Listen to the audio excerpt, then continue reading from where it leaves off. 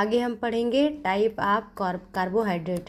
Carbohydrate के प्रकार। Carbohydrate 3 प्रकार का होता है। कितने टाइप का होता है? 3 टाइप का होता है। मोनोसेक्राइड, डाइसेक्राइड और पॉलीसेक्राइड।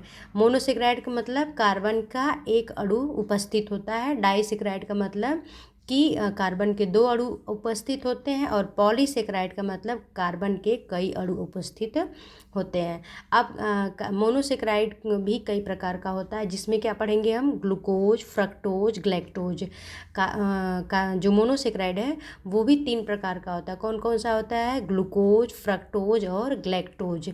कौन कौन सा था? ग्लूकोज, फ्रक्टोज और ग्लैक्टोज। ठीक है। फिर इसको याद करने के लिए हम एक ट्रिक GFG भी कर सकते हैं। G से ग्लूकोज, F से फ्रक्टोज, G से ग्लैक्टोज। ठीक है। अगला हम देखते हैं डाइसेक्राइड। डाइसेक्राइड जिसमें कार्बन के 2 अणु होते हैं।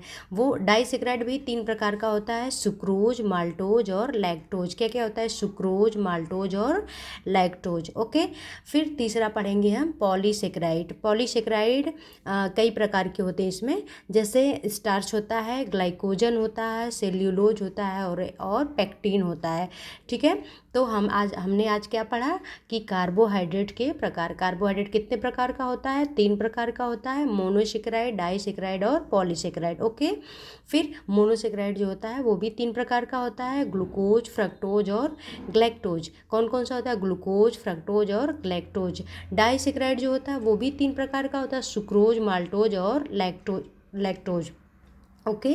तीसरा पॉलीसेक्राइड जो स्टार्च है, ग्लाइकोजन है, सेल्यूलोज और पेक्टिन है। ठीक है। फिर अगला हम पढ़ेंगे जो कि अगला हम पढ़ेंगे कि ग्लूकोज, फ्रक्टोज और मतलब इसके नाम है। किसके नाम है? ये ग्लूकोज के नाम है।